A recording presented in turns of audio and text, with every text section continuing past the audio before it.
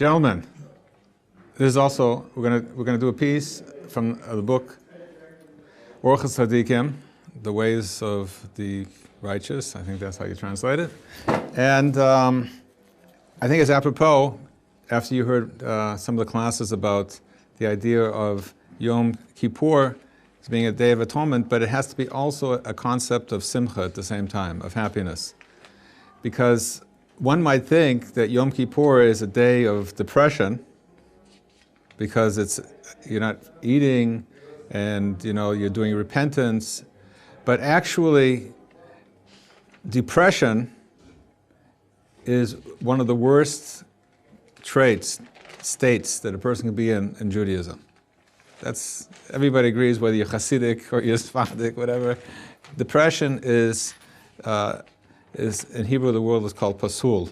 It's like out of contention. So if a person finds that he's depressed, so he knows that something's wrong. He's not managing the situation properly. Now, there isn't a concept of remorse. Now, is remorse being depressed? Remorse? Like thinking, well, I did this, I did that, wow. Now, remorse can lead to depression. Right. But is it depressing? Like when, it's not joking. So, what do you think? What do you mean depressing? You mean something that leads to depression? Yeah, everything is so bad, just forget it, I would say, that's how people, how do you define depression? You see? Well, I define depression as a general feeling. Remorse is usually focused on either an event or an action. You feel remorse for something you did. Right, but Isaac want to say that brings you to depression. Remorse can be a source of depression. It's not the sole source. Right. I would never use it to a source. Right. Basically, there's this idea in general of, trying to repair things. When you do something that was improper, so one of the ideas is that you try and repair it. You make a resolution, you're never going to do it again. You make a resolution that you felt bad about it, and if you're in the same situation, it's not going to occur again. I heard once from a very famous rabbi, he passed away, his name was Shalom Shvadron. He was one of the most famous lecturers in the world. And he once made a very deep comment about the difference between remorse and depression. So he said that if somebody is remorsing, he will go and learn, he'll do mitzvot. If somebody's depressed, he'll go to sleep. Don't bother me, I'm depressed. So that's how you can sort of like the litmus test, how you realize, are you depressed or are you remorsing on the situation? Because if you're non-functional, so that means you just threw in the towel and you don't feel that there's any help and there's no hope.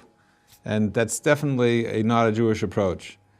Because the prophets say that even if the sword is on your throat, you should still have faith that things are going to work out somehow. You never give up hope. So, with that in mind, I'd like to discuss one of these interesting chapters here in this book, Orchot Tzaddikim, and it's called Shar Simcha. It's the gate of Simcha. First of all, he describes how is it that a person gets to be happy? What makes people happy? I'm just going to throw out an idea, like what makes, besides watching Seinfeld or somebody, you see, what makes a person happy? What causes people to be happy? And that's, in Hebrew, unlike English, you have different words for this emotion. Saturday night, 12 o'clock, they have the happy hour, at the bars, beers, buy one, you get one free, right? It's called happy hour, So, that's happy. And then when somebody, gets married, so he's happy. He finished a tractate in the Talmud, so he's happy. So we use the same word in English interchangeably for very different situations. In Hebrew, you have a term called holalut. Holalut means like wildness. It could be happy, happy hour is just like being wild. Simcha is in, let's say, in the proper use. I'm not talking about perhaps how people use it today in modern Hebrew. Just talking about how it should be used. And I heard a very interesting idea that the word simcha, see, you spell simcha with it's a sin, but it's like with a shin. The sin, it depends where you have the dot. On the left it's sameach, and if it would be on the right, it would be a shin, right? So you have shin, mem, ches, hey. So one of the understandings of the word simcha is sham moach. Those are the same letters. Sham means there is your mind. That's the derivative. According to this approach, that's the derivative, how we see depth in the Hebrew language, because Lashon HaKodesh is the holy language.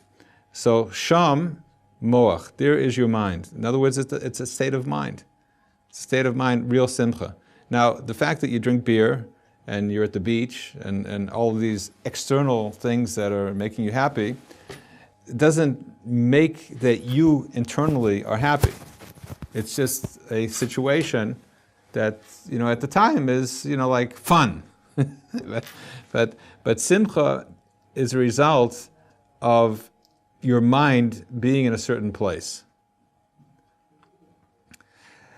Now, the Orchot Tzaddikim, so he mentions that simcha comes as a result of a lot of shalva. Shalva means like tranquility. If a person has a lot of tranquility, everything is quiet. His heart is at ease, I like to say, without any things bad happening. Nothing's bothering him. Everything is going well. And another thing he writes is that you've achieved all of the yearnings that you have. All the physical things that you possibly want. And nothing is happening that's making him upset. So then he'll be always happy. Now, one of the questions is, who is that person, The Talmud says that a person doesn't leave this world without having half of his desires unfulfilled. It's always want more. You buy a Lexus and you want the next model Lexus, whatever there is, You want a Ferrari, there's always a better, So, and how can it be, in this definition, that, he has all this tranquility, nothing bad happened to him, he was in line and he was supposed to get something to eat, and he didn't get the exactly same piece that the other guy got, he got a smaller piece or whatever, and how is it that all these things, can happen, that he's going to be in this state of happiness? Because, things bother him, People, it cuts him off when he's driving. It could happen, especially in Israel. And how is it that's going to happen to a person? In order to have simcha, in order to have happiness in life, so again, it comes because you're tranquil, everything is great, nothing happened that's bad, and you've achieved all of your desires, and nothing's getting you upset, and that's actually going to make you happy. And Maimonides actually says in his works on philosophy, Hilchos Deos, that he says that that'll make a person bari, it'll make him healthy, because if a person is anger, as we know, like anger causes diseases. You've heard that, right? So this is always known in Judaism. It's nothing new for us. So let me ask you a question. How are we going to get into the state to be happy? Right? And I'm not talking about happy hour. I'm talking about real happiness. That again, nothing happened wrong, and we received everything that we needed. So who is that person like that? So if you're living in the modern world, and you're watching advertisements and movies and whatever, so it's very hard to do that because the whole world is out there, and they're trying to tantalize you, right? That you have a great desire for everything. I think one of the craziest things is like people sleeping overnight when the iPhone 6. They want to be the first one to buy, and they want to make sure that there was enough in supply. They had an iPhone 5. Is there such a big difference? Is there, and if you didn't get it, you're depressed. You're going to be, you're going to be in the dumps. It would be cheaper if they waited for, a few weeks as well. Right, right. But you see, I read articles. People slept overnight outside in the cold, wet, just to make sure they got it. And if they. Yeah, go ahead. I think you have a point, but I think when you said, when they said that they are trying to tantalize us, or you. That's advertisement. I don't think that's the right way to look at it. I think they're trying to make connection easier between people. Right. I don't think they're going out and be like, hey, look at you, I'm gonna try to make your life worse so I can make them. I don't think they're trying to do that. I'm going to try and make your life what? Like worse. I don't think they're trying. No, they're not trying to make your life worse. No, but that's not what tantalize mean. Okay. It's like making you want something. Yeah. You cannot sleep. You can't face yourself. You can't face your friends if you don't have, like a penguin on your shirt. You know what I mean, or whatever they have. Or polo, or whoever they have is eagle, or whatever. I don't know. You buy. And I mean, I just noticed it because that's the newest thing, the newest craziness that I saw. That like people were going wild just to get that iPhone 6, and it's like, and if they didn't get it, I mean, it was so important for them again to sleep overnight, outside. What would it take for me to stay up all night, if my wife is giving birth, well, sort of stick it out, That's something that would, I'd stay up all night for, but for the iPhone, so he'll get it next week. He'll get it 2 weeks, and he'll get it cheaper. So why, but that's one of the problems. That's one of the problems, especially in our world, because if you were living, like 70 years ago, where they didn't have, this, advertisement campaign so much, so. You were happy. I think people were happy what they had because they basically had their needs, and they had their family, and they didn't have to keep up with the Joneses as much because life was more simple. Do you think they were happier back then or now? Are people? Well, it depends how you define happiness. You see, happiness does not mean that you have games to play in a superficial way. Happiness is an inner feeling. That's how I use this term, sham moach. That's sameach has the same letters as sham moach, that your mind is in a certain state. Doesn't mean that you're getting frizzed all over the place with, like stimulations or drinking beer in the happy hour. It means that there's something that's causing you to be happy. And the Orchot Tzaddikim is explaining, the setting in order to have that. The setting to have happiness is that you have to feel that everything, is great, and whatever you have is what you need. You can't always get what you want, but you get what you need. Right. That was Rolling Stones. So anyway, I think that there's an element that is a bottom line, how a person has faith. And he writes about this later on. If a person has faith that everything that's going on is for the best, so whatever he has is the best situation that could possibly happen. I'm not saying that he should be lethargic, but he did everything he was supposed to do. He has a job, he got married, he did whatever, and all of a sudden, things didn't happen exactly how he wanted it. he wasn't intentionally negligent about things, but he did what he was supposed to do. He took counsel with people. He tried to do the best thing, and it's not exactly how it worked out. How he had it planned. So a person in that situation, if he is a believing Jew, and each person based on his own level of understanding has faith. To the extent that the Gemara in Brachas says, there's a Talmud called Blessings, Brachas, it says that just like a person makes a blessing on happy things, on the good things, so too he should make a blessing on bad things, which seems to be bad. So in Judaism you have blessings. If you won Mifal Pius, you won the lottery. All of a sudden you have that. And then there's a blessing that you have if you're told that your stocks, went out of business, crash or something. So you make a bracha. How is that? Now, again, it's a level, but the Talmud talks about it, so it's not beyond our reach. But a person should realize that he's in the world. He has certain physical things, or even health, and again, he wasn't negligent, and he has it, and now he doesn't have it. So for some reason, God felt it was the best thing at that point that he has it, and then at another point that he doesn't have it. And the world doesn't crash, it doesn't crumble in front of him. And there's actually a bracha that we make when we hear bad news. Even in the cemetery, there's a blessing. And the Gemara says that same blessing you have to make with that same conviction as when you won $1 million in the lottery. The same conviction that you have a belief in God.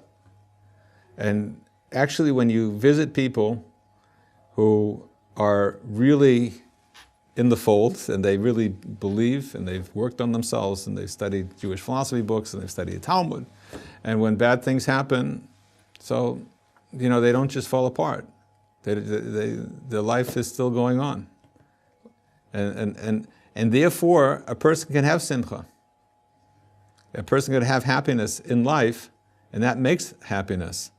But if a person is always feeling that he's lacking, so then he'll never be happy. It's like a spoiled child. It's going to be your birthday. Are you going to get all these gifts, right? Then they have the birthday party, and the Uncle Jack brings gifts, and Uncle Harry brings all that, right? And then what happens? The kid cries. Why? You told me I'm going to get so much. Okay, I got stuff, but there's no end to it. I thought I was going to get, the world. Because there's no end, for our desires. Do you think that's true? Have you seen that in your life?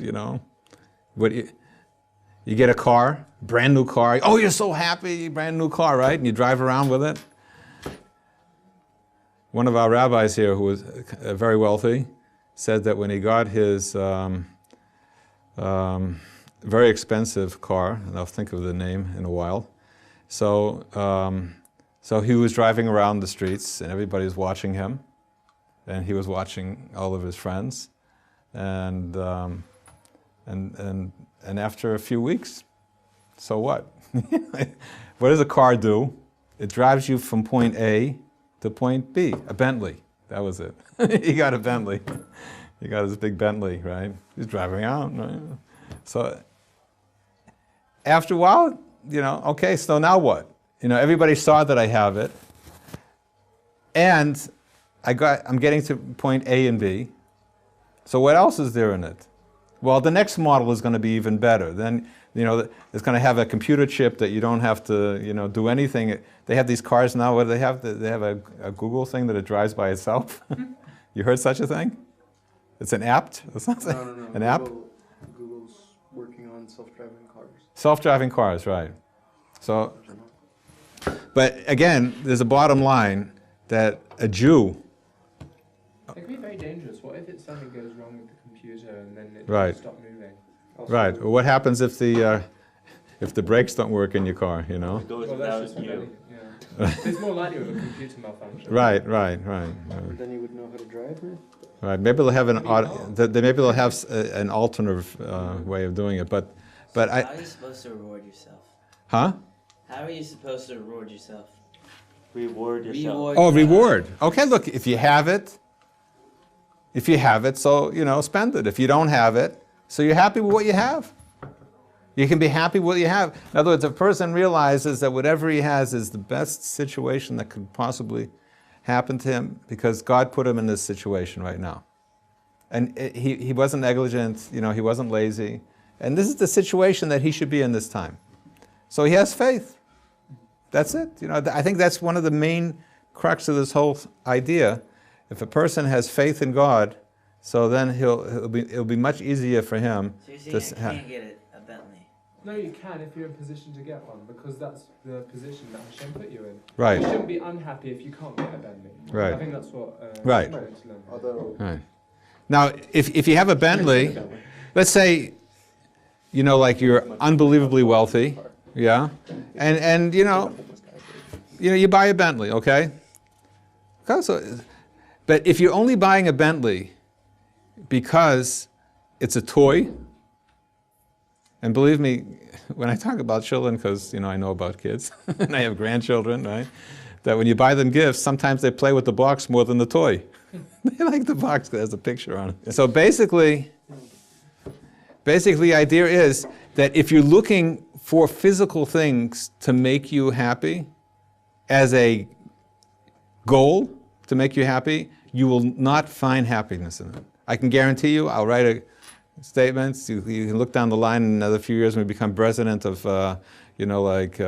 some computer company or something, and you'll have all your toys, and you remember that Rabbi Lubow told me that it's not going to make me happy.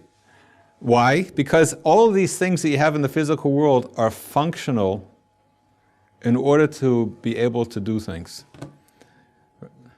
Right? There's a certain group, they have mitzvah mobiles. Right? It's called a mitzvah mobile. Mitzvah tank. Huh? Mitzvah tank. A mitzvah tank, right. So what's the idea? Yeah? So you have a car and you're doing good things with it, right? But if you have it for other reasons, you want to buy a car, you want to take your kids you take them to day school, you take your kids to the beach every once in a while, whatever. So it's great, and it drives smoothly. That's great. So you're not fatigued, and you can function better. You can be a nicer person, right? But if you're going after the physical thing for the physical aspects of it alone, and I'm talking about relationships also, with wives or girlfriends or women, whatever you want to discuss. If you're only going after it for the physical aspects of it's boring. It's not going to satisfy you. Now, in the meantime, you might be, overjoyed, but it's not real simcha. Do you see, we started out the lecture in Hebrew. There's a term called hololus, means, like frenzy and wildness, happy hour. And then there's simcha, which is a very deep idea. Now, I'm going to share another deep idea, because we have a few minutes. And this is an idea that I heard. You have an extra piece of paper? Okay. Here, okay, now I have 4 corners here, right? There's a box here, right? You're in the box, right? Yeah, you're in the box, right? So let's say, right? You're in the box, okay? It's simple, right? This is going to be simple. You're in the box, okay? We talked about boxes for candies and toys, right? Now, once you step outside of the box in a real way, and you made an improvement in yourself, which is a meaningful improvement, as opposed to when I got my college degree, that I thought I was going to be elated and unbelievably happy, and it was like nothing. It's like I was the same person 10 minutes later than I was, so I got the piece of paper, so what? Okay, now, when you're in the box, and you step out of the box, right? So you went in a 5th dimension, right? There's a 5th dimension. You have the 4 corners, north, south, east, and west. And when you step out of your box, you're in a 5th dimension. Okay? Okay, now I want to show you something else. The word simcha. Maybe I'll take a big piece of paper. So I'm going to show you something. Now, we have to keep in mind that Hebrew is Lashon HaKodesh.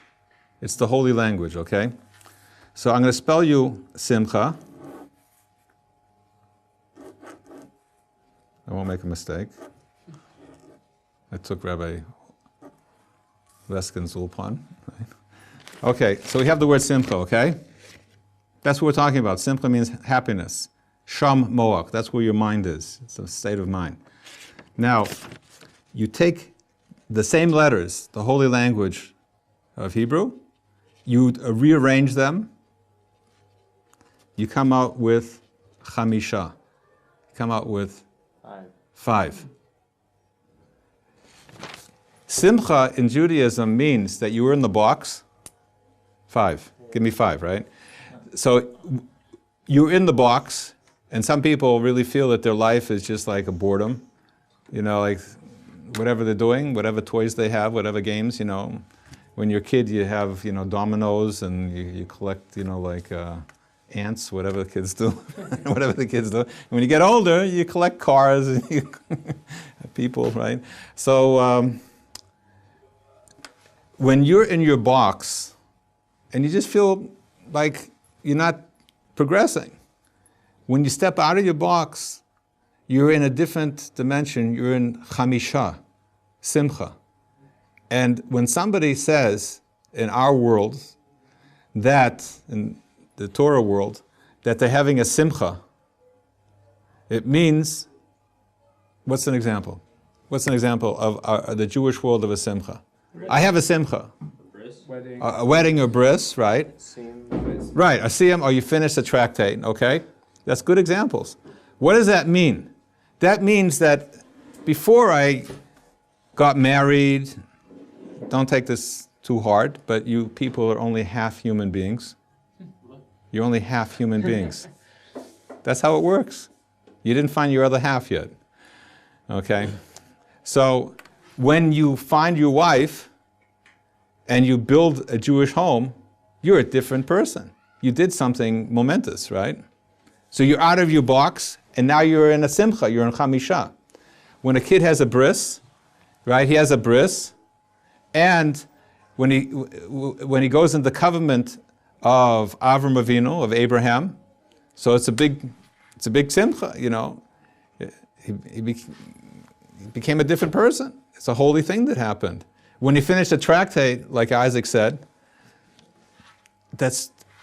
he just mastered a tractate in the Talmud.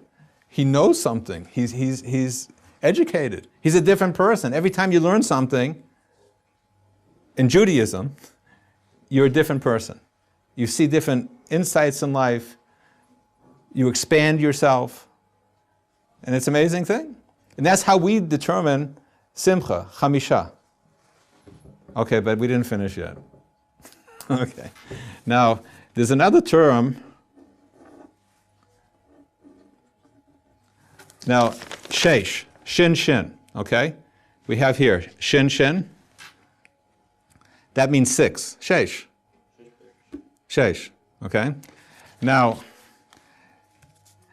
you have the same sason, sus. Sason is another level of simcha.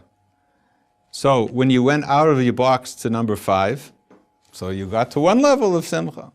When you got to another level, you have a different thing. You have sas, simcha, is a different level of simcha. Sason. We say this, sasan v'simcha chasan v'kala. It's one of the brachas that we make for the bride and groom. So therefore we have all the different levels each time that we break through. And I guarantee you that if you listen to what I'm saying, you'll find happiness in life, because it's the real happiness. The real happiness is when you develop into a simcha, when you develop out of your box and you become something different. And everything else is just, you know, like sand castles, you know? Go ahead. So you're saying, like, when you get out of your box or get out of your comfort zone, is how I'm translating myself. That's how you find happiness. Because you're achieving. Because you're achieving. If you don't feel you're achieving, and everybody in the world feels this way, you have a job, even if you're president of a company, and you're just bored the same thing every day, so they In the secular world, they'll go some crazy vacation that costs them $10,000 for 3 days on the weekend, and in the meantime, they're in hololus. They're just trying to break the pattern of boredom. But we don't have to do that. We're looking inward, and we're trying to expand ourselves to simcha, chamisha, or sason, which is a different level of happiness. But I'm not saying that if you get a new car, you're not going to be happy, but it's not a real happiness, and you're going to get bored. Anything in the physical world, and I guarantee you, I'll write a contract, money back guarantee, anything in the physical world that you're doing that is only for the purpose of physicality, and that's even drugs. I would say the same thing as drugs. The guy starts with, pot, and then he goes to hashish, and then he goes to whatever they have, these pills. Why? Because if he's into the physicality and he wants that feeling, so okay, he's bored with that. What's next? What's next? And all of a sudden he ends up to be a heroin addict, because he's looking happiness, right? In a very superficial way, only in a physical way, for no purpose that has an end to it, and that's it. But we in Judaism know this. And you have to feel bad for the rest of the world because they don't know this. Right. So my question was, so going out of your comfort, going out of the box is how you create happiness in your life. And I've definitely experienced that before when you're completely out of your comfort zone. That's when I was the most happiest. But I was wondering how, and I mean this with the utmost respect, but how when you're sitting down with whatever 1 or 2 people, and you're reading a book, and you're learning, right? How does that take you out of your box? I feel like, if anything, that's staying in your box. That's the box that you've been used to for your whole life. You're sitting at a table reading. Right. You know what I mean, from the Torah. Right. So, hopefully, every time you sit down and learn, you find something that has some meaning. And the way that you looked at life, in different ways, however you looked at life. You had a new insight.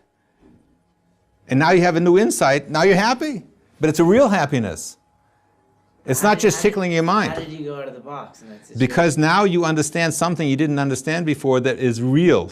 It's a real change, especially when you're studying something, you understand, where you are in the world, how to function in the world better. I mean, I would hope that the fact that we met today is going to bring you happiness. I mean, it happens to be that I feel very great that I'm talking about this, because every time you talk about it, it becomes more reality, right? So now, hopefully, and this is a huge area of life that if we focus on it, it's an amazing difference between us and, let's say, the secular world. That they're looking, for things that are, just plastic, and we want real change. So therefore, you can have a person who doesn't have all the frills in life that you might have back in the States. Yet, you look at the person, you visit the family, you see the kids, you see the wife, and they go, "Wow, this family is so much healthier and so much happier than my family. And look at all we have, He has a Lexus, and he has a big car, and he has a yacht and everything. And this guy doesn't have any of this stuff. And he has happiness because he's looking for the real thing. And I've seen this all the time, And you feel like, wow, I wish I could be like that. I wish I could achieve that. But that's, it's if you ponder it, if you want to talk about Jewish meditation, right? So if you really think about this and put it in your head, you can see that there's a whole different approach to life that we have. And whatever, now, there are millionaires who have Bentleys, and they have swimming pools in the basement, and I know people like this, and they're very, very wealthy, and they're very successful, right? And they have this stuff. But they also have wonderful families, and they study Torah and everything. So we're not saying that you have to, live a very, boring life in the physical way. But whatever you have, if you can do it, great. If you can't do it, you're also very happy. You know, whatever facilities you have, you're using for the best. Aaron, you agree with it? Now, the challenge that we have is that when you're driving down the highway and your car, just stops, right? And you didn't do anything wrong. You have gasoline and you checked your tires before you left, and you go, wow, I'm so depressed. Why did I lose this flight? Why did I lose it? Right? So now we can look at it in a different way. That for whatever reason, I don't know why, but this is the best thing that could happen to me at this moment. And for whatever reason, God is putting me in the situation. And retrospectively, at the end of somehow you can understand it. Sometimes you can understand it. Other times, right? That's when we just have to finish it in a minute. But when we say Shir Malos, when we say grace, especially on Shabbos, there's a Psalm of David that says, Oz Yamale Schok Pinu, that then our voices will be full of happiness. Why? Because we're living in Messianic times and we're looking backwards and we're saying, oh, that's why this had to happen, that's why this had to happen. We see everything's going, retroactively see how everything worked out.